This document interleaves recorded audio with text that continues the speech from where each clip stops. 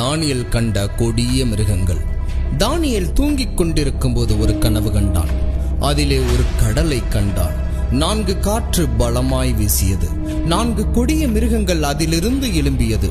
முதலாவது கழுகின் சிறகுகளுடைய சிங்கம், இரண்டாவது 3 விலா எலும்புகளை கவ்விக்கொண்டிருந்த கரடி, மூன்றாவது 4 சிறகுகளுடன் 4 தலைகள் கொண்ட சிவிங்கி, நான்காவது 10 கொம்புகளை உடைய கெடியும் பயங்கரமான மிருகம். இந்த 4 மிருகங்களும் பூமியில் அடுத்தடுத்து எழும்பும் 4 ராஜாக்கள், 4 ராஜ்யங்கள். பின்பு பரலோகத்தின் தேவன் விற்றிருக்கும் சிங்காசனம் தானியேலுக்கு காட்சியளிக்கப்பட்டது. அதன் அர்த்தம் என்னவென்றால், பூமியில் எத்தனை மிருகத்தனமான ராஜாக்கள் எழும்பினாலும் தோன்றினாலும் அவர்களை வீழ்த்தி தேவன் தன் ராஜ்யத்தை நிலைநிறுத்துவார் என்பதே அதன் அர்த்தமும் சத்தியமாய் இருக்கிறது. இதுவே 1 நிமிட வேதாகம சரித்திரம்.